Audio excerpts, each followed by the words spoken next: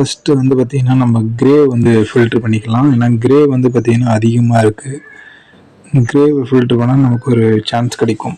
Blue வந்து அதில் போட்டாச்சு. இப்போ இந்த கிரே வந்து ஃபில்ட்ரு பண்ணியாச்சு. இப்போ அடுத்து இந்த ஃபர்ஃபில் ஃபில் பண்ணுவோமா. இப்போ இந்த ப்ளூ வந்து நிறையா இருக்கிறதுனால இந்த ப்ளூவை வந்து நம்ம டார்கெட் பண்ணுவோம். இப்போ இந்த ப்ளூ ஓகே ஆகிடுச்சா.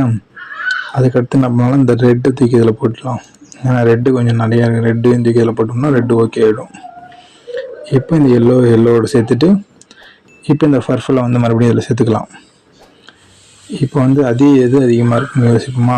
க்ரீன் வந்து இருக்குது. இந்த ஃபர்ஃபில் கம்ப்ளீட் பண்ணிவிடுவோம். இந்த லைட் க்ரீன் இதில் ஊற்றிட்டு இந்த எல்லோவை கம்ப்ளீட் பண்ணிவிடுவோம்.